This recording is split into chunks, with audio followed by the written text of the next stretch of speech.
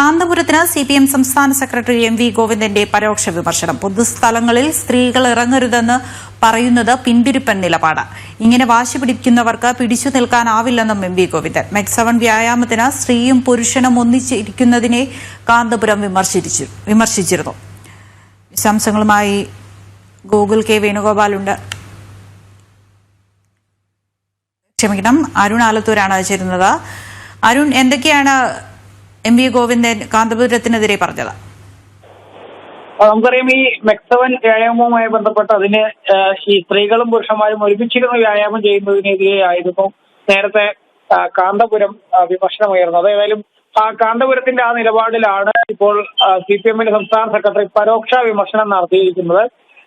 MV. Govindan പറയുന്നത് പൊതുസ്ഥലങ്ങളിൽ സ്ത്രീകൾ ഇറങ്ങരുതെന്ന് പറയുന്നത് ഒരു പിന്തിരിപ്പൻ നിലപാടാണ് എന്നുള്ളതാണ്. ഇങ്ങനെ വാശി പിടിക്കുന്നവർക്ക് പിടിച്ചു നിൽക്കാൻ ആവില്ല എന്നും ഗോവിന്ദൻ പറയുന്നു.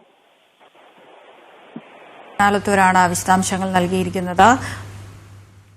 കാന്തപുരത്തിന് സിപിഎം സംസ്ഥാന സെക്രട്ടറി എം.വി. ഗോവിന്ദനാണ് പരോക്ഷ വിമർശനം ഉന്നയിച്ചിരിക്കുന്നത്. പൊതുസ്ഥലങ്ങളിൽ സ്ത്രീകൾ ഇറങ്ങരുതെന്ന് പറയുന്നത് പിന്തിരിപ്പൻ നിലപാടെന്നാണ് എം.വി. ഗോവിന്ദൻ വ്യക്തമാക്കിയത്.